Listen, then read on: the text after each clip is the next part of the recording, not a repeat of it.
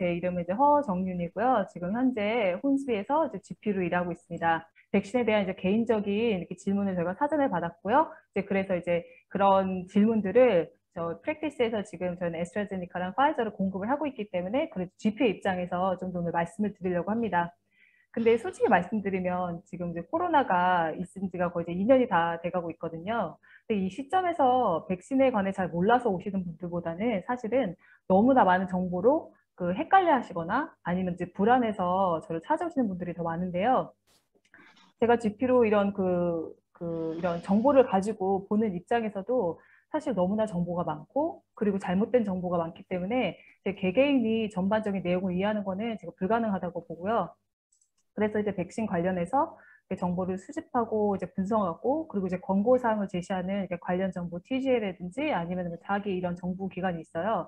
그래서 이제 그런 그 기관의 도움이 참 필요합니다. 근데 이제 어떤 분들은 제가 이제 그런 정부 기관을 뭐 믿을 수 있냐 이런 의문을 제시하시는 분들도 계세요.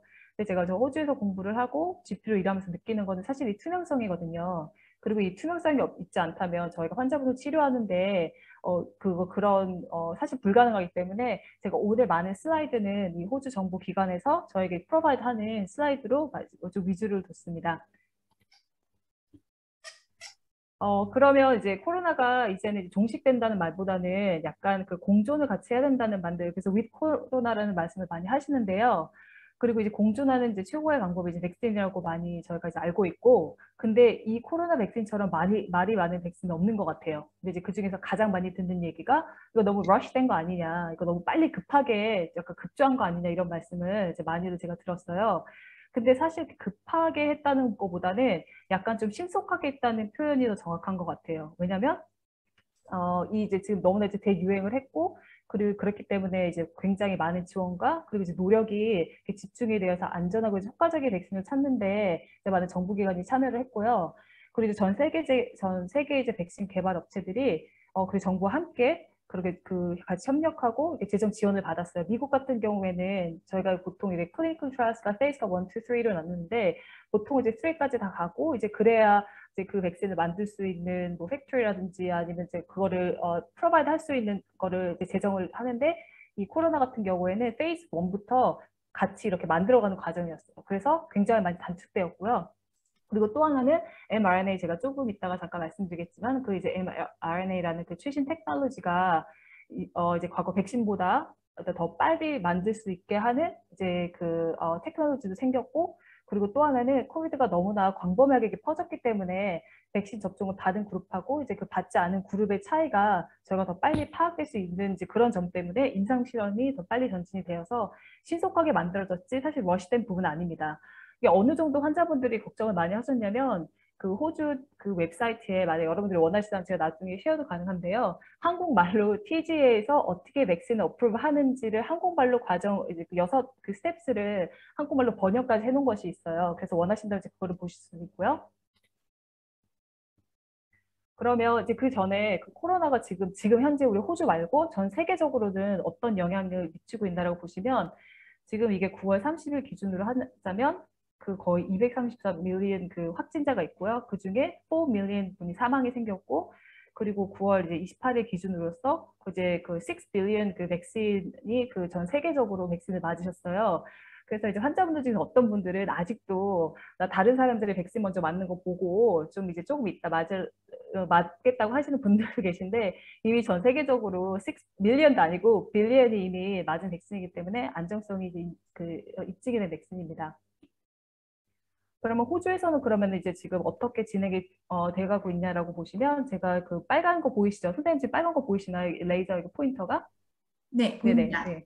그러면 제가 여기 그 작년도하고 작년 그 9월하고 지금 9월 지금 2021년 9월을 비교를 했는데 여기 제가 동그란 지금 서클하는 부분에 보면 이 12명이라는 부분이 RCU에서 중환자실에 그때 2020년에는 12명이 입원하셨고 그중에 3명이 NSW에서 있었고요. 지금 현재 상황에서는 이제 그게 300명이 가까이 되세요. 그리고 그중에 대부분은 NSW에서 200명 넘는 분들이 지금 중환자실에 입원을 계시고요. 그중에 이제 반 넘은 분들이 그 벤틸레이터에 지금 의존을 해 계시고요.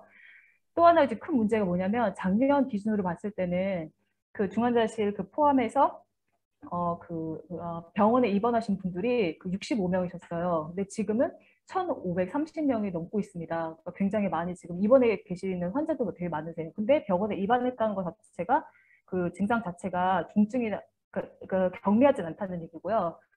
그리고 저희 의사들이 또 걱정하는 부분, 그리고 이제 학부모님들, 그리고 이제 어른들이 걱정하는 부분이 뭐가 있냐면, 요, 이게 이제 cases by age, 그러니까 그 나이에 따라서 그래프를 나눠놓은 건데요. 지금 제가 서클하고 있는 게 10살 미만, 그리고 10살에서 19명 그 아이들이 작년 같은 경우에는 어른들의 수보다 적었지만 지금 2021년으로 지금 상황을 보자면 확실히 많이 늘은 상태입니다. 그리고 또 하나는 이쪽을 보시면 이 초록색 보이시죠? 이거는 이제 그 감염자가 총 그 확진자 중에서 그 어느 정도의 사람들이 감염 루트가 알 수 있냐라는 건데 그때 작년 같은 경우에는 한 20 정도만 알 수 없었어요. 죄송해요. 알 수 없었던 그러니까 어디서 감염을 됐는지 모르는 게 20%였는데 지금 올해 같은 경우에는 그게 배가 넘어 40%입니다. 그러니까 커뮤니티에서 감염된들 어떤 통로를 통해서 감염이 됐는지를 모르니까 더 심각한 상황인 거고요. 그럼 지금 이 슬라이드는 그럼 호주에서는 얼마나 많은 백신이 지금 맞았냐면 전체적으로 보면 거의 지금 28 million 백신을 다 이제 맞았고요. 그리고 이거 호주 전체이기 때문에 그 첫 번째 도수를 맞으신 분이 16살 이후 첫 번째 도수를 맞으신 분이 거의 이제 78. 근데 이거는 이제 그 호주 전체이기 때문에 지금 NSW 같은 경우는 87과 88 이제 그 퍼센트가 되고요. 그리고 fully vaccinated 되신 분이 그 호주 전체는 54, 근데 이제 뭐 NSW 같은 경우는 더 높게 지금 높게 잡혀 있고요. 그러면 지금 제가 아까 뵈니까 나이들이 좀 틀리신 것 같은데 그러면은 각각 나이에 따라서는 얼마나 많은 사람들이 백신을 맞았나 그거에 대해서 잠깐 이게 볼 수 있는 슬라이드인데요. 요 왼쪽으로는 여성분이고 요렇게 해서는 여성분이고 이 오른쪽으로는 남성분이세요. 남성분이고 이 밑으로서는 이제 아동, 그 어린아이 그리고 올라가실수록 이제 나이가 많아지시는 걸 볼 수 있고요. 그러면은 그 제일 위에 95세 이후 분들은 첫 번째 도수를 맞은 분들이 85%가 넘고요. 그럼 지금 여기를 보시면 더 편할 것 같아요. 85% 있고 그리고 90에서 94 그럼 전체적으로 75살, 75세 이후에서는 거의 10명 중에 1명, 10명 중에 9분을 맞췄다고 보시면 되세요. 그리고 조금 내려가시면 나이가 한 60에서 한 70%까지 이렇게 보시면은 거의 10명 중에 8명을 맞았다고 보시면 되고요. 그리고 이제 더 밑으로 내려가다 보면은 한 50%에서 70% 이렇게 연령마다 좀 틀리긴 하지만 그래도 많은 분들이 백신을 맞았습니다. 여기서 보아야 될 거는 작년부터 그 60이나 65 그리고 70 이후에서 굉장히 백신을 많이 맞으셨어요. 그리고 지금보다는 더 초창기에 맞으신 분들이 많으세요. 그래서 그전 슬라이드를 잠깐 돌아가자 보자면은 아까 이 슬라이드 같은 경우에는 연령별로 얼마나 그 K 확진자가 나온 거지만 요 밑에 슬라이드 같은 요 밑에 그 슬라이드 같은 요 확진자를 보시면 이쪽으로 넘어가시면서 이제 90살 넘은 분들 그러니까 연세가 많이 들으신 분들이 확진자가 많이 나온 거에 비해서 지금 추세로 보면 그 연령대 비해서는 확진자가 많이 주셨어요. 근데 이제 어떤 의사들 같은 경우에는 아마 백신을 더 일찍 맞으셨기 때문에 그게 확진자가 줄어든 게 아닐까 이렇게 생각하시는 분들도 있고요. 그 이제 이 슬라이드로 돌아가시면 이제 결론은 굉장히 나이마다 조금씩 틀리긴 하지만 그 많은 분들이 호주에서 백신을 맞으셨습니다. 그래서 그랬기 때문에 내가 좀 기다렸다가 백신을 맞아야 되나 이거는 크게 지금은 큰 의미가 없어요. 그러면 이제 그 중에 이제 백신 중에서도 여러 가지가 있는데요. 현재 그 호주에서 갖고 있는 백신은 에스트라제네카 그리고 파이저 그리고 모더나 같은 경우에는 이제 얼마 전에 없고 빅토리아 같은 경우는 이제 모더나가 파마시에서도 많이 보고되고 있는데요. 사실 이 백신 같은 경우에 제가 질문 받은 것 중에 하나가 혹시 이런 백신들이 어디에서 이렇게 만들어졌습니까? 이런 질문도 있으시더라고요. 근데 뭐 처음에 에이젝 같은 경우에는 영국에서라든지 에스트라제네카 같은 경우에는 영국에서 만들어졌고 그리고 뭐 벨지움에서도 만드셨고 인도에서도 이제 만들어졌고 하는데 사실은 굉장히 많은 나라에서 이게 만들어졌기 때문에 굳이 어느 나라에서 만들어진 거는 그렇게 뭐 크게 중요하진 않은 것 같아요. 왜냐면은 그 회사마다 자기네가 퀄리티 컨트롤을 해야 되는 거기 있기 때문에 에스트라제네카 이름을 가지고 만든 백신이면 그게 어디서 만들어졌던 그렇게 큰 그 의미를 두지 않으셔도 되고요. 파이자 백신이랑 모더나 같은 경우에는 이제 많이 들으셨겠지만 그 mRNA라고 해서 이런 최신 테크놀로지라는 얘기도 많이 하죠. 근데 이제 최신 테크놀로지라고 이제 많이 얘기를 하니까 간혹 어떤 분들 중에서는 지난 1년 사이, 1, 2년 사이에 급조 이렇게 빨리 만들어져서 우리 몸에 이렇게 기입되는 거 아니냐고 걱정하시는 분들도 있는데 사실은 이 그 테크놀로지 자체는 백신에서는 처음 시도가 된 거는 맞아요. 하지만 지난 30년, 40년 동안 이런 테크놀로지가 있었고 이제 다른 그 의료 쪽에서 많이 썼지만 이제 백신 같은 경우에는 처음 도입이 된 거는 맞지만 이 테크놀로지 자체가 뭐 지난 1, 2년에 이렇게 발견된 건 아니에요. 그리고 이제 약간 유전자라는 얘기가 뭐 mRNA에서 유전자라는 얘기가 들어가니까 이제 어떤 분들은 또 이거 혹시 내 몸에 들어와서 내 유전자가 변경되는 건 아닐까 이런 생각도 좀 하시는 것 같아요. 근데 이 mRNA 테크놀로지는 초기의 문제가 사람의 몸에 들어왔을 때 그 빨리 없어지는 게 문제가 됐지 그게 오랫동안 지속적으로 몸 안에 남아서 뭐 유전자 안에 들어오고 이런 경우 이럴 수는 과학적으로 있을 수는 없어요. 그렇기 때문에 그 유전자 변형이 되지 않는다는 거는 그런 거는 그렇게 되지 않고 또 이거가 하는 이 백신 하는 일을 내 몸 안에 들어와서 항체를 만들기 위해서 약간 지침서 약간 그런 걸 준다고 보시면 돼요. 근데 그 에스트라제네카나 파이저나 그 모더나 같은 경우에는 약간 좀 다른 방법으로 준다고 보시면 되고요. 어, 그렇게 이제 되고 그 다음 슬라이드로 넘어가면 그러면 왜 자꾸 이렇게 백신 하는데 왜 내가 이거를 꼭 맞아야 되냐 이렇게 생각하시는데 이제 가장 중요한 거는 병원에서 입원하지 않으시고 중환자실로 가지 않으시고 그게 가장 저 이제 의사들 보는 입장에서는 그게 가장 중요해요.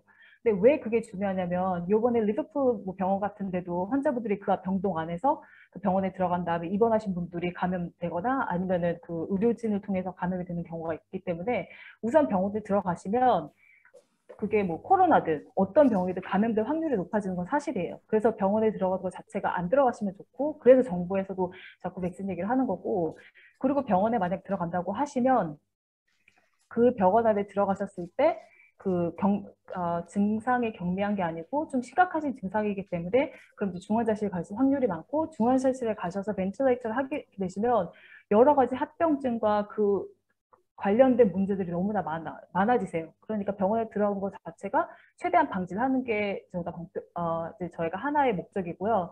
또 하나는 기억을 하셔야 되는 게 병원이라는 그 저희 기관이 코로나만을 위한 병원은 없어요. 그러니까 코로나 때문에 병실을 따로 만들기도 하곤 하지만 지금도 심장마비가 걸리시는 분 계시고요. 지금도 암이 걸리는 분 계시고 지금도 그 분만을 하셔야 되는 분도 계시는데 코로나가 지금 이렇게 심각해지고 병원에 사람들이 아까 처음 슬라이드에 보여드린 것처럼 입원하시는 분들 그리고 중환자실 환자가 많아지면 다른 코로나 관련되지 않은 일로 입원하시는 분들에 대한 케어가 굉장히 줄어들 수가 있어요. 그래서 제가 그 큰 예로 제가 그 병원 이름 말씀드리지 않겠는데 프라이빗 병원에서 산모들이 이제 임신을 해가지고 이제 거기서 케어를 받고 있는데 아웃브레이크가 그 병원 안에 프라이빗 병원 안에 생긴 거예요. 그럼 이제 그 산모들을 분만이 거기 살 수 없기 때문에 그 산모들이 그 주변에 있는 그 뭐 퍼블릭 병원이라든지 이런 식으로 다 가서 분만을 할 수 있게끔 이렇게 조절이 됐어요. 근데 사실 그렇게 되면 그 병원도 그렇지만 다른 병원에도 문제가 있고 그 병원 안에서 프라이빗 병원 안에서도 일렉티브 서저리 같은 거는 계속 하고 있는데 그런 게 문을 닫게 되고 그렇기 때문에 그 여파가 사실 걷잡을 수가 없어요. 그래서 사실 지금 상황에서는 내가 코로나가 안 걸리는 게 나만 내 가족뿐만이 아니고 전반적인 이 전체를 봤을 때는 굉장히 중요한 일이세요. 근데 제가 너무나 GP로 일하면서 아쉬웠던 부분은 물론 그 백신을 꼭 맞지 못하시는 분들도 계시지만 뭐, 제가 아까 말씀드렸던, 나는 뭐, 몇 명 덤 받는 거 보고, 뭐, 백신을 맞겠다. 이런 식으로 말씀하시면, 저는 반대쪽에 이제 같이 이제 동료들이나 병원 안에, 그, 제가 웨스트미드에서 트레이닝을 받았기 때문에, 이제 웨스트미드에서 이제 동료들 보면, 그때 기사에 웨스트미드 앰뷸런스가 갔는데 줄을 서서 막 이런 얘기 많이 있었잖아요. 근데 그게 사실이에요. 그렇게 되면, 그 다음에 그 병원 응급실에서 일하는 의사들, 거기 있는 환자들, 그 다음이 다 이렇게 막혀있기 때문에, 그런 부분도 저희가 좀 알고 고려를 해봐야 될 것 같아요. 그래서 이 슬라이드, 제가 지금 그 생각하니까 이렇게 좀 많이 말씀을 드리는데 굉장히 중요한 부분이라고 보고요. 이 슬라이드 같은 경우에는 올해 3월에서 그 9월까지 그 확진자와 그리고 병원에 들어가신 분들 사이에서 퍼센티지가 어떤 분이 백신을 맞으셨고 안 맞으셨고 그런 것들을 좀 구분을 해놓은 거예요. 그랬을 때 확진자 중에서 50% 이상은 백신을 맞지 않으셨고요. 그 중에 이제 한 뭐 22% 정도는 그 첫 번째 도즈만 맞으셨고 그 이제 한 3% 정도만 그 확실히 확진자 중에서 fully vaccinated가 된 거죠. 그러니까 반대로 백신을 맞으면 확진자가 될 그 확률이 낮은 거죠. 그리고 똑같은 맥락에서 병원에 입원하는 케이스도 그러니까 병원에 입원하신 분의 50% 이상은 그 백신을 맞지 않으신 분들이고 20%는 하나만 맞으신 분들이세요. 이것도 굉장히 중요하고요. 그리고 이제 저희가 개개인이 굉장히 두려워하는 거는 중환자실에서 가는 거. 그리고 사망률. 그거를 봤을 때 이거는 6월부터 9월까지를 저희가 이렇게 비교를 해봤는데 ICU 중환자실 입원하는 확률이 그중에 그 확진자 중에 입원하신 분들을 백신이 안 맞으신 분들은 63%가 넘고요. 그리고 도스 하나만 맞으신 분들은 15%. 그리고 이제 프리 백신 되신 분들은 그 중에 1.9, 그러니까 2%가 채 안 되세요. 그리고 이제 사망하신 분들도 이제 좀 약간 비슷하세요. 사망하신 분들 중에서도 64% 이상은 백신을 맞지 않으셨고요. 그리고 19% 정도가 한 도스만 맞으셨어요. 그러면 이제 이거를 하셨을 때, 그럼 나는 그 백신을 맞고 싶은 생각이 있다라고 하시면은, 근데 혹시 내가 가서 뭐 언어라든지 이런 게 안 돼서 잘 몰라가지고 이게 내가 맞으면 안 되는데 잘못 맞는 게 아닐까 이렇게 생각하시는 분들도 있으실 수 있어요. 근데 그 GP 그 프랙티스 가시거나 아니면은 그 스테이번 그 클리닉 같은 경우에는 거기 퀘스처네어가 다 있거든요. 그럼 저희가 이게 정부에서 받아서 똑같이 이렇게 동일하게 쓰는 건데 제가 한국말이 있어서 오늘 그거를 여기다가 올려봤는데요.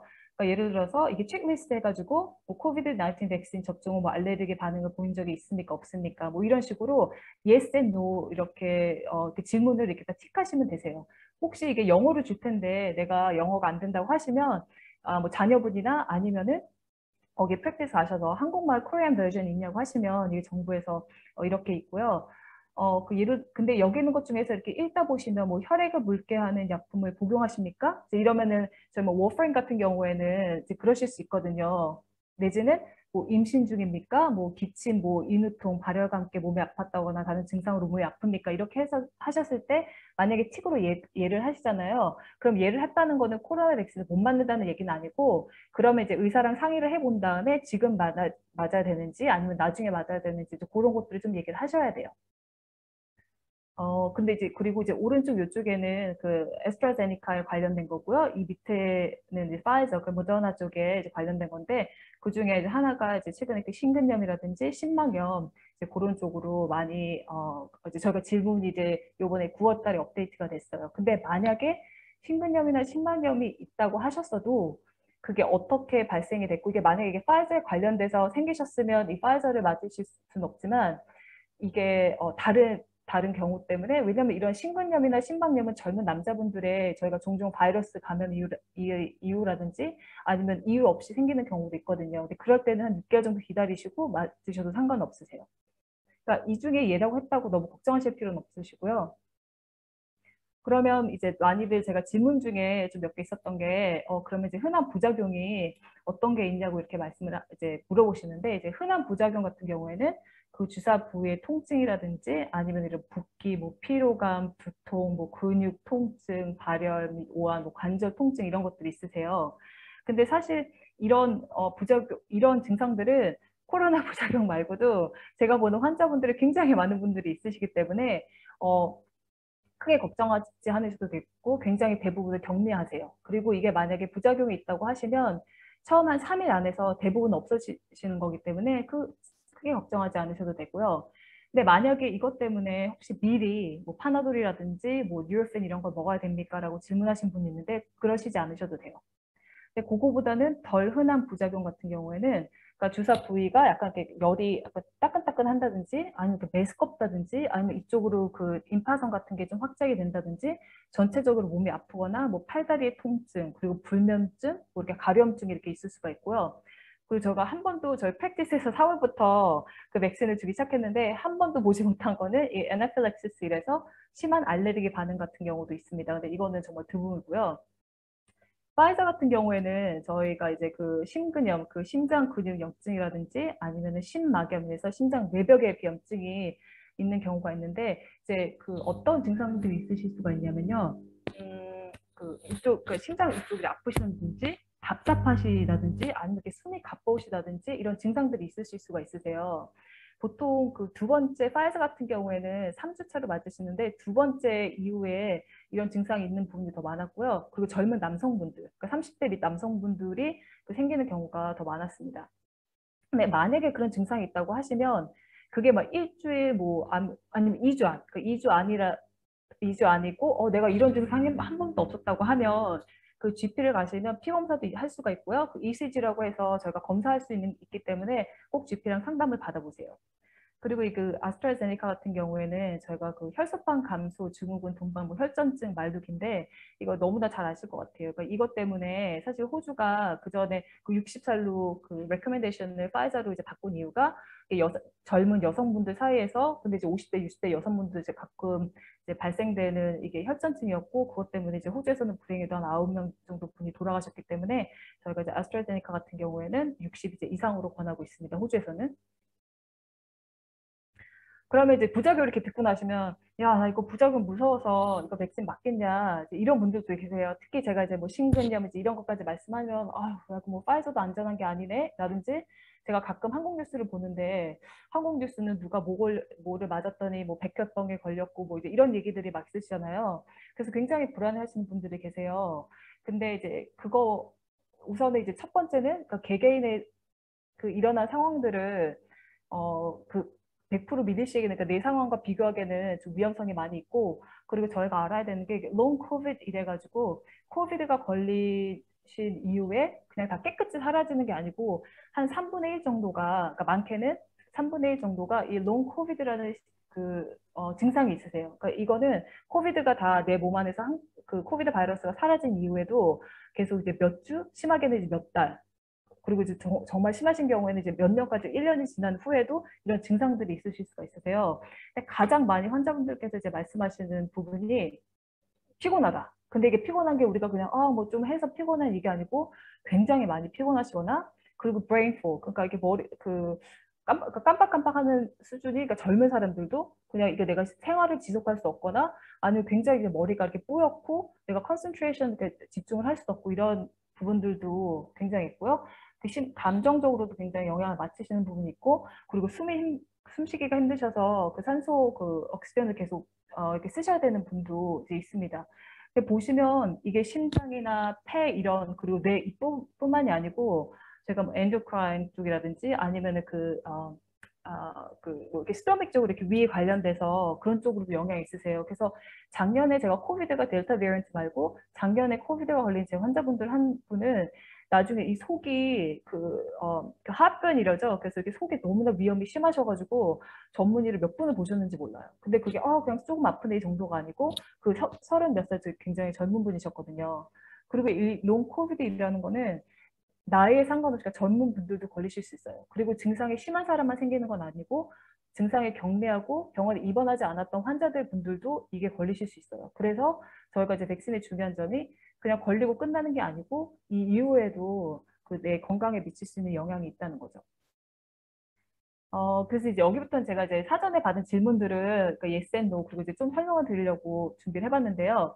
교차 접종 가능하냐고 이제 물어보셨어요. 근데 이제 교차 접종이라는 건 파이자, 에이제 이거를 같이 섞어서 맞으실 수 있는 건데 우선 호주 지금 상황에서는 교차 접종은 저희가 레커멘드 하지 않아요. 근데 다른 나라에서 그 백신의 그 물량이 충분하지 않은 나라에서 교차 접종을 했더니 특히 이제 에이제 하고 그다음에 파이자 했더니 그 항체가 많이 생겼다. 이제 이런 이제 스터디 연구 결과가 있어서 나중에 이제 어떻게 변할지는 모르겠지만 현재 호주에서는 교차 접종은 하지 않습니다. 근데 제가 예스라고 한 이유는 만약에 첫 번째 백신을 맞으셨는데 뭐 애스트라제네카를 맞으셨는데 아까 제가 말씀드린 그 TTS가 생겼다라고 하시면 그런 분들에서는 뭐 파이자를 드리거나 이제 이런 의사에 상의하신 다음에 하실 수는 있지만 전체적으로는 아니라고 생각하시면 되고요. 끝까지 맞지 않으면 어떻게 될까 이런 말을 하셨는데 질문을 하셨는데 그러면 이제 아무래도 항체가 적게 생기겠죠. 항체가 적게 생기면 델타 같은 경우에는 그 첫 번째를 맞으시면 보통 한 30% 정도 프로텍션이 된다고 보세요. 두 번째 맞으시면 70에서 80% 된다고 저희가 보고 있거든요. 그러니까 처음에 한 번만 맞으시면 우선 프로텍션이 항체가 많이 안 생기시고요. 그리고 백신 접종을 마쳐도 코로나에 걸릴 수 있나요? 코로나에 걸리실 수 있습니다. 근데 이거는 너무나 많이들 아시는 것 같아요. 왜냐면 수두, 예를 들어서 저희가 치킨박스 수두 있잖아요. 요즘 아이들 같은 경우에는 어렸을 때 맞기 때문에 백신을 요즘은 수두 많이 못 보시잖아요. 예전에는 막 수두 때문에 상처도 나고 이랬는데 백신을 맞았기 때문에 다 그 아이들이 나중에 수두라는 게 이제 뭐 또 이렇게 조금 나올 수는 있지만 그렇게 되면 이게 수두인 거 아닌가라 정도로 저희가 경미하게 됐기 때문에 코로나도 비슷하게 걸릴 수는 있지만 그 증상이 경미하게 나오는 경우가 많고요. 그리고 이제 추가 접종 이게 아무래도 앞으로 가장 이제 많이 말씀들을 하실 것 같은데 왜냐면 2차를 맞으셨던 분들은 근데 지금 앞으로 한 달 안에 또 이제 레코멘데이션 나올 수 있겠지만 이미 영국이라든지 미국이라든지 이스라엘 같은 경우에는 추가 접종을 하고 있어요. 그러니까 나라마다 65살 이상이라든지 50살 이상이라든지 뭐 이런 식으로 하고 있는데 우선은 지금 호주에서는 어떤 면에서 좀 럭키하죠. 왜냐하면 그런 나라들이 추가 접종을 했을 때 어떤 영향이 있는지를 관찰을 하고 그래서 저희가 아마 레코멘데이션이 이제 앞으로 한 달 뒤에 또 나올 거라고 이제 추측을 하고 있습니다. 그리고 이제 또 하나는 이제 돌파 감염에 대해서 물어보셨는데요. 이게 그 breakthrough infection이라고 그래서 내가 백신을 다 맞았음에도 불구하고 내가 걸려서 다른 사람에게 전파하는 이제 이런 경우를 물어보시는 것 같은데요. 돌파 감염도 당연히 있습니다. 왜냐하면 백신을 맞아도 내가 이게 100% 프로텍션이 아니기 때문에 돌파 감염도 있지만 제가 전에 슬라이드에 보여드린 것처럼 병원에 그 증상이 경미하시고 그리고 병원이나 이게 중환자실 가는 확률이 줄어드시기 때문에 돌파 감염이 있을지언정 백신이 굉장히 이제 도움이 되시죠. 그러면은 이제 컨트라 인디케이션스에서 만약 그 사용하지 않아야 되는 경우도 이제 좀 많이 물어보셨는데요. 저희가 그 절대 사용하시면 안 되는 경우가 그 애나필락시스 그 알레르기 이상 증후군 있죠. 이러시면 맞으면 안 되세요. 근데 보통 애나필락시스 같은 경우에는 대부분 15분 안에 무슨 일이 일어나도 일어나십니다. 이게 내가 집에 가서 좀 있으면 생기는 거 아닌가 이런 게 아니고요. 그래서 이거를 맞으시고 코로나 백신을 맞으시고 저희가 그 프랙티스 안에서 아니면 클리닉 그 안에서 15분에 있으시라고 하는 게 애나필락시스 15분 안에 생기실 거예요. 근데 그게 안 생겼으면 걱정 안 하셔도 되고요. 그리고 이제 그 인그리디언트 중에 뭐 PG, 그 폴소벳 AT 뭐 이런 게 있는데 그건 크게 걱정하지 않으셔도 되지만 그 질문사항에 있는데 혹시 예전에 맞는 백신에 대해서 뭐 알레르기가 있는 적 있습니까? 그런 거 질문하시면 되고요. 그리고 이제 심장 질환이 아무래도 파이저가 심장 질환을 일으키기 때문에 이걸 맞아도 되냐고 물어보시는데 심장 질환이 있어도 전혀 상관없으세요. 근데 이제 제가 말씀드렸듯이 이게 염증 질환 쪽으로 만약 되면은 이제 의사랑 한번 상의를 해보셨지만 보통 뭐 심장 질환이 있어서 약을 뭐 혈압약을 드신다든지 옛날에 스트로크 그 하르텍이 있으셨다든지 아니면은 심장이 커졌다든지 아니면은 그 한국 그 동양 아이들 같은 경우는 카와사키도 있잖아요. 내가 어렸을 때 우리 아이가 어렸을 때 카와사키가 있는데 지금 맞아도 되는지 절대 상관없으세요. 맞으셔도 돼요. 그럼 이제 그 다음은 이제 뭐 알레르기가 있어도 맞을 수 있나요? 그러니까 그게 알레르기 보통 저희가 생각하는 알레르기 있으면 아무나 맞으셔도 돼요. 그래서 환자 중에서는 그 푸드 알레르기스가 완전 리스트가 이렇게 많은 분들도 있는데 그런 분들 다 맞으셔도 되고 보통 헤이 피버나 이런 거를 알레르기가 생각하시는 분들인데 전혀 상관없으시고요. 그리고 갑상선 병력 있는 사람은 백신 접종 안전한 건 제가 생각해 이 질문 하신 분이 아마 이게 그 면역 그런 체계에 좀 걱정이 되셔서 물어보신 것 같은데 전혀 상관없습니다. 그리고 이제 기본적으로 면역력이 약해도 코비드 백신을 맞으실 수 있나요? 근데 이제 요 문제는 아마 그 자가 면역 쪽에 여성분들이 있으신 분 중에서 그 이뮤노서프레센트를 드시는 분들이 이걸 내가 먹어도 되냐라고 물어보시는 것 같은데 그런 분들 상관없으세요. 그래서 그 자가 면역 관리하는 전문의 그 협회에서 그런 분들도 다 드실 수 있다고 그런 분들 다 약을 드시는 분들도 맞으실 수 있다고 그 스테이트먼트를 냈고 근데 만약 그 약의 강도나 아니면 그분의 상태에 따라서 GP랑 상담해 보고 싶으시면 그건 상관없으시고요. 그래서 제가 요거 같은 경우에는 그게 알레르기 쪽에 아무래도 질문하시는 분들이 많아서 그 정부 그 알레르기 이제 관련 그 기관에서 이런 스테이트먼트를 냈는데 여기를 보시면 history of allergy 근데 그게 anaphylaxis 예를 들어서 이거는 음식이나 아닌 drug나 왜냐면은 그 antibiotics 그 항생제 이런 거에 그 anaphylaxis 있으신 분 있으세요? 막 입술 붓고 눈 붓고 이러신 분들 그러니까 그런 게 있으셔도 이거는 맞으시는 데 상관없으세요. 그리고 그 allergic conditions 예를 들어서 뭐 천식이라든지 아니면 아이들 같은 경우는 엑스마가 너무 심하다든지 아니면 비염이 너무 심한 이런 그 면역 쪽 그 알레르기 증상 그런 컨디션이 있으셔도 맞으신데 상관없으세요. 근데 만약에 내가 기존에 백신을 맞았는데 여러 가지 문제가 많았다. 라고 하시는 분들은 어떤 증상이 있느냐에 따라서 그리고 그게 4시간 안에 예를 들어서 발생이 됐냐 그런 증상들이 아니면 4시간 이후에냐 이런 게 좀 틀려지거든요. 근데 만약 4시간 이후 안에 내가 이런 게 증상이 발생이 됐다고 하시면 의사하고 이제 상담을 해보시고 대부분은 안전하신데 15분 내지 15분이 아니고 30분 동안 그 프랙티스 안에서 주사 맞으신 다음에 기다리시면 되세요.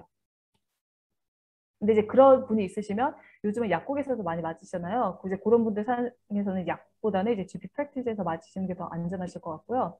그리고 이제 부작용 같은 경우에 뭐 백신 접종, 뭐 소화불량, 대상포진, 알러지, 뭐 관절 아픔, 뭐지 이런 증상이 있는데 뭐 관련이 있나요?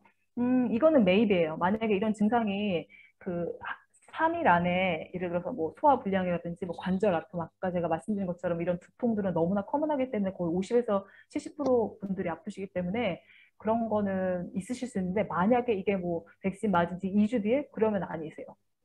그리고 백신 접종 후 심각한 허리 통증이 왔습니다. 백신 부작용의 하나인가요? 이것도 사실 메일인 게 허리 통증이라는 거는 이제 많이들 있으시잖아요. 근데 이것도 만약 3일 안에 있으면 그러실 수 있지만 이제 그게 넘어가면 백신 부작용보다는 이제 다른 것 때문에 아프실 수가 있으니까 이제 그때는 GP를 보셔야 되고요.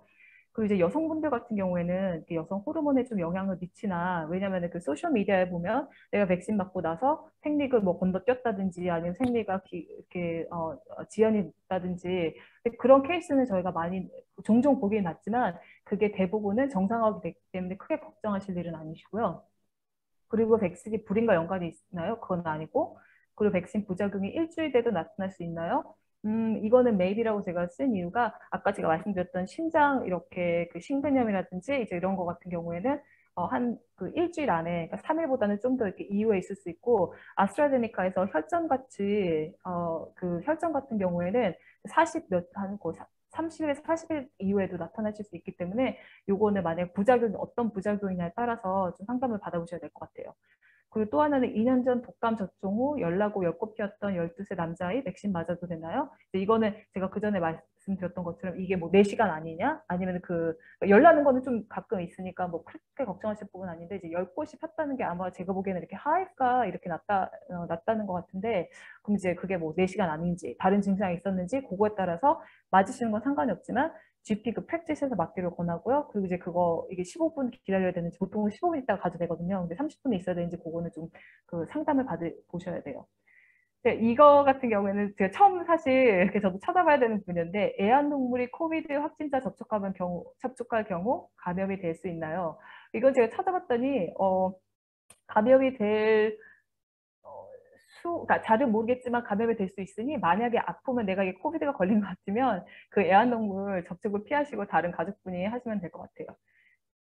그리고 이제 장기적인 부작용은 이게 사실 항체를 만드는 게 이게 메인이기 때문에 장기적으로 무슨 부작용이 있다는 건 우선 첫째는 지금 이게 있은 지가 한 1년에서 2년밖에 안 됐기 때문에 그러니까 1년, 그 맥스는 이제 1년쯤 넘었기 때문에 잘은 모르지만 여태까지 백신이 디벨롭하고 우리가 아는 테크놀로지 안에서는 장기적으로 부작용이 있을 일은 거의 드물다고 보고 있습니다. 그리고 이제 부작용이 생긴다고는 생각을 하고 있지 않고요.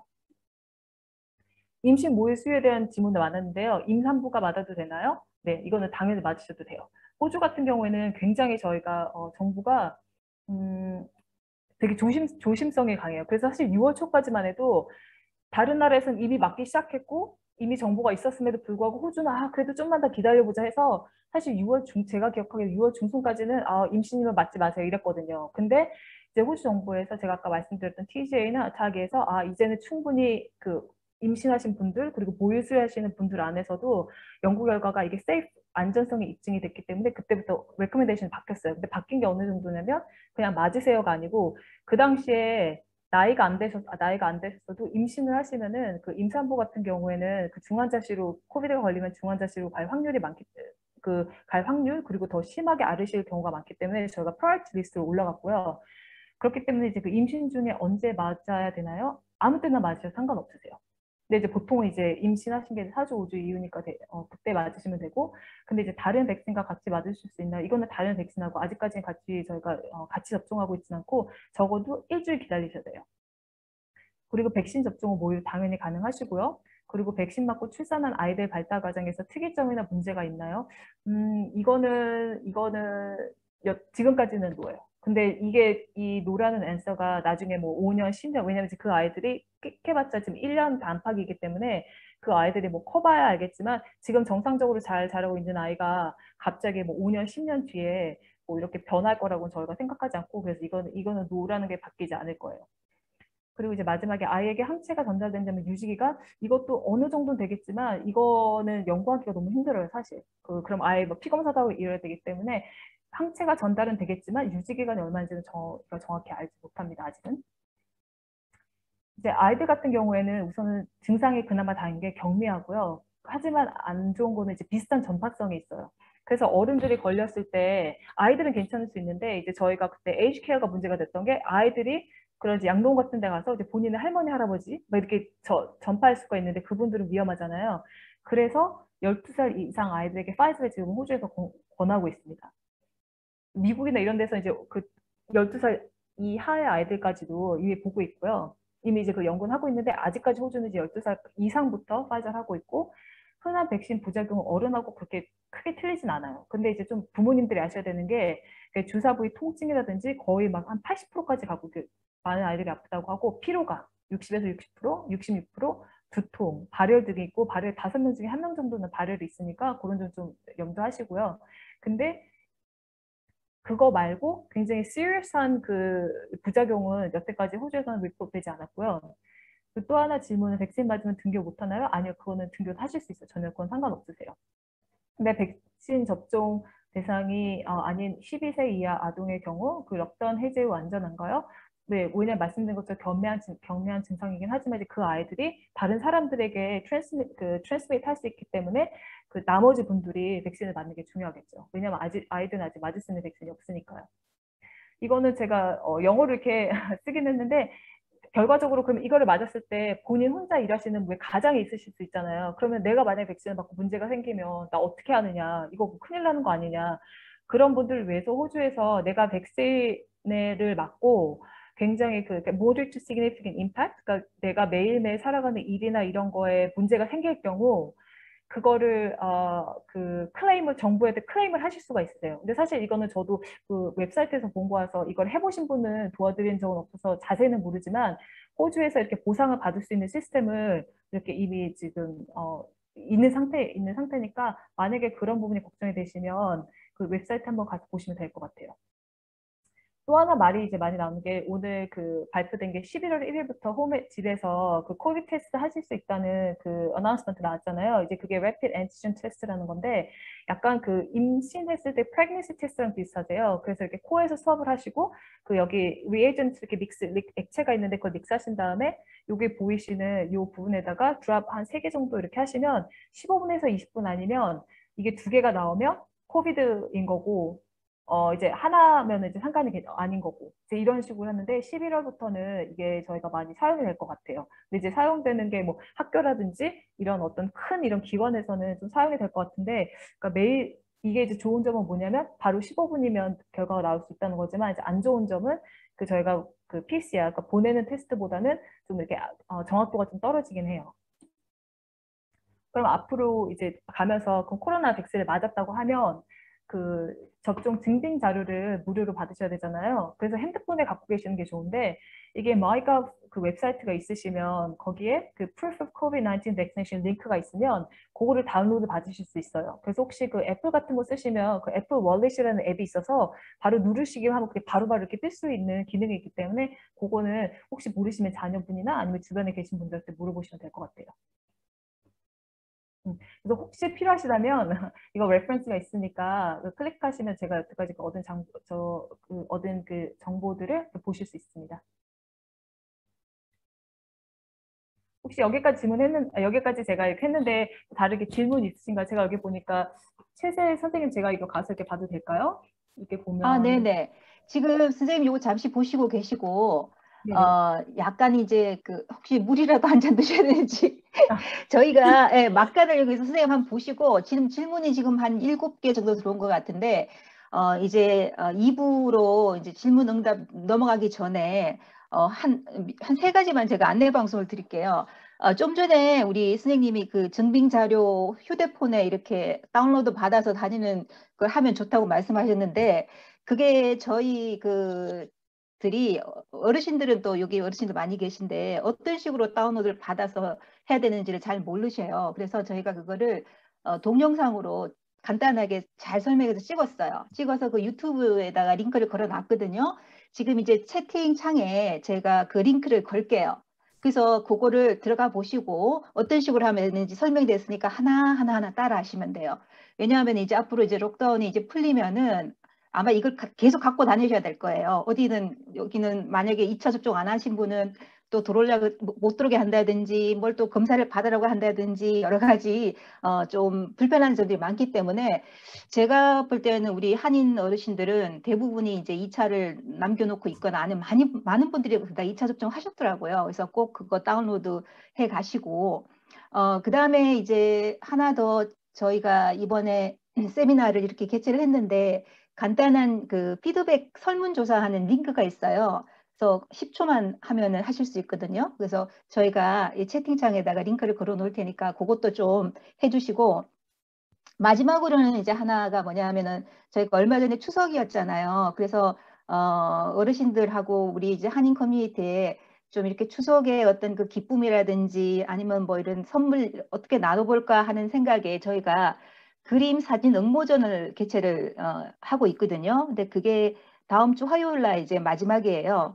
근데 그것도 링크를 달아놨으니까 관심 있으신 분은 들어가서 한번 응모 한번 해보시면 또 많은 상품들이 걸려 있으니까 또 재미도 있으실 것 같기도 해요. 그래서 그 세 가지 참고로 이렇게 한번 봐주시고 또 시간 되시면 참여해 주시면 너무 감사드리겠고 우리 그 지금 허 선생님께서 너무 이렇게 꼼꼼하게 준비도 잘 해오시고 한국말을 너무 깔끔하게 잘하셔가지고 아마 어르신들이 들으시기에 굉장히 편했을 것 같아요.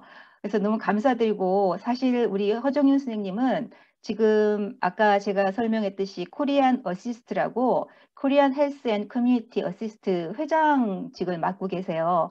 그래서 이제 지금 오늘 세미나 같은 이제 한인 커뮤니티의 어떤 그 보건 관련된 행사가 있으면 진짜 바쁘신데도 이렇게 나오셔가지고 또 봉사를 해주시거든요. 그래서 감사하다는 말씀 또 막간을 이용해서 한번 드리고 싶고 지금 질문이 일단 그 채팅창에 올라와 있으니까 선생님이 보시면서 진행을 하시겠습니까? 허 선생님? 네네, 예, 제가 예, 예. 제가 대부분은 먼저 하고 우선 한번 네, 아이패드라고 된 거에서 악화된 면역 체계는 무엇입니까? 이렇게 질문하셨는데 제가 그거는 잘 이해가 안 돼서 혹시 그 분이 밑에 또 예. 그 추가 설명해 주시면 제가 이해가 되면 설명을 드릴게요. 제가 네, 악화된 면역 체계라는 뜻을 잘 이해를 못 하겠어서 근데 그거 네. 말고 나머지 분들은 그 백신 항체 효능 백신 항체 효능 지속은 얼마나 되며 얼마나 되는지를 질문하셨는데 이스라엘 같은 경우에 저희보다 조금 일찍 맞았어요. 몇 달 굉장히 작년부터 작년 12월 그때부터 맞기 시작했기 때문에 요번에 델타 베리언트 들어가고 나서 사람이 확진자가 많아진 건 사실이에요. 그랬기 때문에 이제 이스라엘 같은 경우에는 이제 부스터샷이 이미 시작하고 있거든요. 그래서 저희가 보기에는 그 불행히도 수두나 예를 들어서 그 홍역 이런 거 같이 뭐 폴리오 같은 거 있잖아요. 그렇게 막 98%, 100% 그런 이뮤니티는 생기지 않을 것 같고 계속 이런 식으로 맞아야 되긴 하지만 이제 어떤 분이 지금은 사실 저희가 지금 호주에 있으니까 부스터샷을 얘기하는 거지만 전 세계적으로 아직도 1차, 2차 못 맞으신 분들이 너무 많으세요. 그래서 그분들을 먼저 맞추고 우리가 부스터를 해야 되지 않냐 이런 좀 얘기도 많이 갔는데 지금 당장은 그 부스터샷은 호주는 지금은 없고요. 백신 맞고 3일 후에 치통 때문에 항생제를 일주일 복용했는데 백신 효과가 있을런지 상관없으세요. 그 치통 때문에 항생제를 복용하신 거하고 백신이 항체를 만드는 하고는 굉장히 다른 그 파수이기 때문에 그거는 걱정하지 않으셔도 되고요. 그리고 또 하나는 그 유방암 수술하고 그 호르몬제 복용하는데 3차 시작하면 백신 맞아도 될까요? 이게 지금 3차, 이분이 지금 질문을 하신 의미가 1, 2차는 맞으시고 3차를 다시 만약 맞는다고 하시는 질문이면 그거는 이제 의사하고 좀 상의를 하셔야 되는 거고요. 그, 만약 1, 2차를 맞지 않으시고 지금 3차를 생각하고 계시는 거라면 그 이제 그분 입장에서는 1차가 되는 거기 때문에 그때는 맞아도 상관없으세요. 그 암 때문에 키모테라피라든지 지금 호르몬제라고 하시는 거 보니까 그뭐 트목스펜 이런 거 말씀하시는 것 같은데 전혀 상관없으세요. 근데 만약에 키모테라피에서 왜 병원 가서 주사로 그런 그 키모테라피 쪽으로 맞으셔야 되는 분들은 그 전문의의 그 편지가 필요하시긴 하세요. 근데 그런 분들도 대부분 다 맞으세요. 왜냐하면 그런 분들은 면역 체계가 더 약하기 때문에 코로나 바이러스 걸리면 더 아프실 확률이 많기 때문에 그런 분들 사실 더 우선순위가 됐었어요. 처음에 저희가 백신 보급할 때. 방역 완화에 따라, 그러니까 저희가 지금 10월 중순부터 방역 완화가 조금씩 되잖아요. 확진자가 급증하면 시드니 의료체계 수용 능력과 한계가 현재 어떠한지. 음, 그 초창기 에 이탈리아에서 난리 났었잖아요. 작년에 이탈리아에서 그 델타 말고 델타 아닌 베리언트 전이어도 이탈리아에서 난리가 나서 거기 의사들이 유튜브에 막 그런 거 올렸잖아요. 내가 환자가 둘이 있는데 이게 환자를 살릴 환자를 골라야 된다. 정말 그때 최악이었어요. 의사들은 정말 그 기사를 보면서 저희는 정말 생각하기도 끔찍한, 왜냐면 의사가 되는 거는 저희가 도와드리고 싶어서 환자분들 도와드리고 싶어서 의사가 되는 건데 이거 누구를 살리냐를 결정해야 되는 거는 아무도 하고 싶지 않거든요. 근데 호주는 그 정도까지는 아니지만 만약에, 그리고 다행인 거는 이 지금 델타 베리언트가 들어와서 오히려 백신이 그전에는 막 20 몇 프로, 50 몇 프로 막 이러셨는데 지금은 뭐 90에 가깝고 60이니까 지금 저희가 좀 안심을 하긴 해요.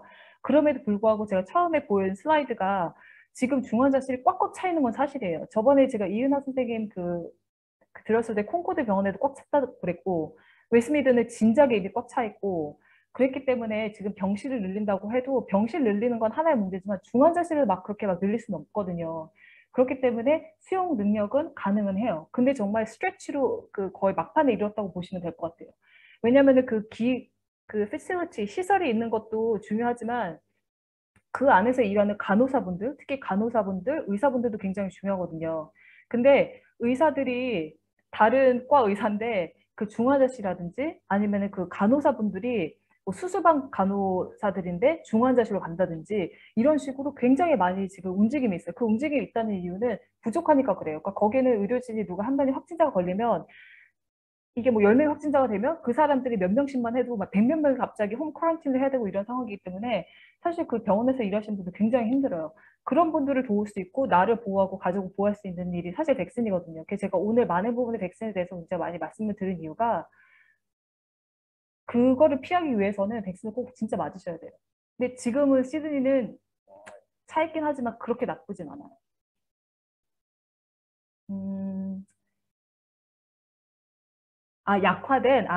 약화된 면역 체계. 그러니까 그 약화된 면역 체계라는 게, 죄송해요. 제가 악화된으로 읽어서, 그 자가 면역이 있으신 분들 중에서는 그 면역 그 억제제를 쓰시는 분들이 있으세요. 그 뭐 메스트렉세이트, 예를 들어서 그 루머토이드 아스라이티스에 뭐 메스트렉세이트 이런 거 쓰시는 분들, 이제 그런 분들 안에서 말씀드리는 건데, 그런 분들은 틱을 하시는 이유가 혹시 그런 분들이 뭐 감기 증상이 있거나 이렇게 그럴 수 있는 거를 저희가 이제 스크린아웃을 하려고 하는 거고, 또 하나는 이제 그런 분들에게 먼저 이렇게 드리려고 그 백신을 먼저 공급을 하려는 게 그 요지였어요. 그래서 약화된 면역 체계가 있으셔도 백신을 맞으실 수 있으세요. 제가 지금 보는 책에서 질문은 그 정도인데 혹시 그 세아 선생님이나 이영란 선생님이 보이는 질문들이 또 따로 있을까요? 아니면은 지금 이 갤러리에서 계신 분들 중에서 질문이 있으신 분들이 있으신가요? 이거 답하셨나요? 백신 맞고 3일 후에 치통 때문에 항생제를 일주일 복용했는데 백신 효과가 있었는지요? 네네. 그 상관없으세요. 항생제를 음, 복용하시는 건 상관없으세요. 네. 그 다음에 아까 약간 언급된 것 같은데 백신 항체 효능 지속은 얼마나 됩니까? 네네. 그 항체 효능이 평생 지속이 되지 않는 거는 이미 저희가 알고는 있는데 얼마나 지속이 될지는 모르겠어요. 근데 그래도 충분히 그러니까 딱 이게 뭐 3개월, 6개월 이렇게 할 수는 없지만 좀 지속이 되긴 하지만 저희가 처음에 기대했던 그 지속된 게 유지가 되지는 않는 것 같아요. 그래서 이스라엘 같은 경우에는 지금 부스터샷을 지금 시작하고 있어요. 음, 근데 음, 호주는 이제 앞으로 그럼 내가 3차 내지는 부스터샷을 언제 맞아야 되냐? 이거는 아직까지는 저희가 아직까지는 이제 레커멘데이션이 없어요. 네. 그리고 백신 맞은 날 운동을 많이 했더니 무릎이 좀 아파요라고 하셨는데. 제가 그거는 스킵했나 봐요. 예, 근데 백신 1차인지 2차인지 모르겠는데, 운동하셨다면 그렇게 특별한 이렇게 부작용은 없으셨나 봐요. 근데, 그날 하셔서 뭐 2, 3일 날, 근데 이제 만약에 백신 때문에라고 하시면 3일 안에 없어져야죠. 대부분. 백신 때문이라면 3일 안에 없어지세요.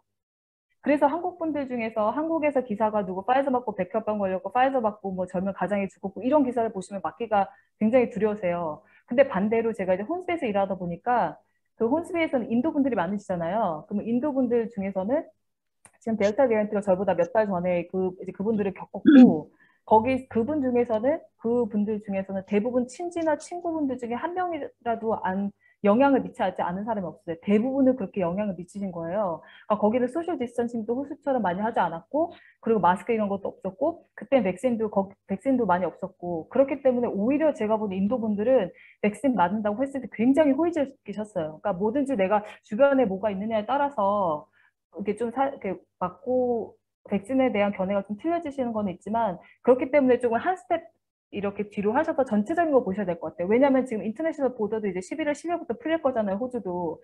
그러면 외국에서도 들어오거든요. 그럼 지금 자체 내 보더를 막는 상황에서도 지금 이렇게 뭐 코로나 특히 빅토리아 같은 경우에는 엊그제 뭐 1,400 뭐 케이스 있어서 난리가 났잖아요.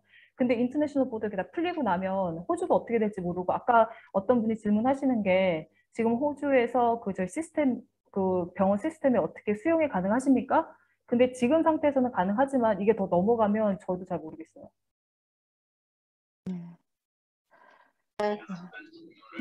예, 걱정이 많이 되네요. 예, 맞아요, 맞아요. 안타깝네요, 사실, 진짜. 예, 그래서 이거 걱정 때문에 보통 제가 일하는 요즘 같은 경우에 10에서 10%가 다 이런 얘기들이세요. 네, 알겠습니다. 김명수, 지금 또 어머니께서 하나 처음 질문이 주신 것 같은데. 들어왔는데 이 질문 말씀드리기 전에 여기 질문 하나가 새로 들어왔는데 이걸 아마 마지막 질문을 해야 될 것 같은데 파이자 2차 맞고 왼쪽 겨드랑이가 부어오르고 통증이 심하고 뭔가 만져지기도 합니다. 폐경된 지 2년 지났는데 하열처럼 계속 선홍색 블리딩이 있어요. 괜찮은지 걱정됩니다. 일주일 지났습니다. 이렇게 주셨는데요. 네. 왼쪽 겨드랑이가 왼쪽에 아마 보통 오른손잡이 많으셔서 왼쪽에 많이 맞으신 분들이 있거든요. 근데 만약 그래서 겨드랑이가 불어오르고 통증이 심하고 뭐가 만져지기도 합니다. 이거는 저희가 종종 보기 때문에 크게 걱정하실 건 아니고요. 근데 이게 지속이 된다면 한 번 이제 GP를 보셔야 되겠지만 이거는 이제 잘 알려진 부작용인데 폐경이 된 지 2년이 지났는데 하혈처럼 계속 선홍색 블리딩이 있다는 거는 이거는 GP를 보셔야 돼요. 왜냐하면 하혈하는 게 뭐 여성 호르몬 때문에 약간 피가 보이고 아니면 많이 보이고 이거는 이제 계속 생리를 하시는 분들이고 이분은 지금 폐경을 하셨다면 이거는 GP를 만나보셔야 돼요. 그리고 이 위에 보니까 제가 천식에 있는데 1차 접종 후에는 괜찮았어요. 그런데 다음 주에 2차 접종해야 되는데 걱정이 됩니다. 아마 이건 파이저 근데 이건 뭐 파이저는 에이즈 상관없이 전혀 상관없으세요.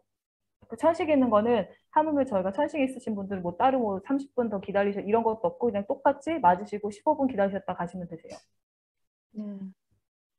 그리고 하나 더 네. 혹시 감사합니다. 그리고 하나 더 있는 것 같아요. 백신 맞은 후 열이 날 것을 대비해서 미리 파나돌을 먹어야 한다는 얘기를 들었는데 발열에 이거는 굳이 그러시지 않으셔도 돼요. 파나돌을 굳이 열 나기 전에 미리 드시는 분도 있으신 것 같은데 그러실 필요 없으세요. 왜냐면 열이 다 나는 게 아니기 때문에. 근데 이제 했더니 열이 난다라고 그때 드셔도 상관없으세요. 근데 미리 드실 필요는 없으세요. 예. 예, 감사합니다. 아니, 백신을 맞고요. 이가 너무 아파서, 백신 맞고 3일 만에 항생제를 한 일주일 먹었거든요. 그랬는데 이게 괜찮을까요? 백신 상관없으세요. 백신 효과가 있을까 하는 궁금한. 네네. 그거 지금 항생제 드신 거랑은 상관없으신데 만약에 그 백신을 맞으셨을 때 저희가 열 나거나 아프신 분들 백신을 드리지 않는 이유가 이미 몸 안에서 다른 감염된 거를 면역체에서 파이트하고 있기 때문에 항체를 만들 소지가 떨어지기 때문에 저희가 아프실 때 백신 안 드리는 거거든요. 근데 어머님처럼 백신을 맞고 나서 3일 뒤에 통증이 생겨서 항생제 일주일 드시는 건 상관없으세요. 이제 혹시 또 추가로 질문하실 분 있으실까요? 없으면은 오늘 예, 다들 이제 감사하다고 이제 떠나실 준비를 하시는데 참석해 주셔서 너무 감사드리고 또 우리 아마 허스님도 또 기분 또 좋으실 거예요. 직접 이렇게 만나 뵙고 화면으로 아마 서로 이제 교류를 하고 여러 가지 이제 답변에 대해서 또 답변해 주시고 하니까 되게 저도 이렇게 같이 오거나이징한 사람으로서 참 기분이 좋습니다. 감사드리고 다들 건강하시고요. 다음 또 세션이나 또 이런 행사 때 뵙도록 하겠습니다. 감사합니다.